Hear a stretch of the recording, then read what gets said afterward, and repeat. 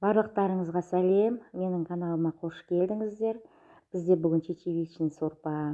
Ол үшін бізге керек заттар: бір сәбіз, 2 шағын картошка және 1 жуа. Кастрөлімізге менде сары май, сіздер зәйтүн майы болсын, сұйық майы болсын құйып аласыздар. Және май ерігеннен кейін туралған көкөністерімізді салып, бір 5 минуттай ғана қуырамыз.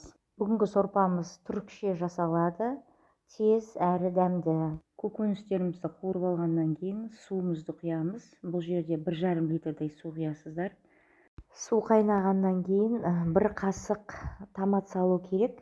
Мен томат салған жоқпын, менде осындай лечо бар, помидор, сәбіз, ішінде болгарский бар. Осыдан құйдым. Және де 200 грамм қызыл чечевицаны жуғанда да 3-4 рет жуыңыздар, әбден тазару керек. Чечевицаны саламыз. Сорпамыз қайнағаннан кейін қақпағын жауып 15 минуттай қайнатамыз. Сорпамыз 15 минуттай қайнады. Осы жерде дәміне қарай тұз саласыздар және қара бұрыш саласыздар. Және өздеріңіздің ұнатқан дәмдеуіштеріңізді қоссаңыздар болады. Енді біздің сорпамыз дайын. Астын сөндіріп, барлық сорпаны блендерден өткізіп аламыз.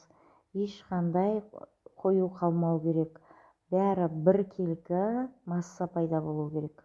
Міне барлық сорпамызды блендерден өткізіп алдық. Біздің сорпамыз дайын.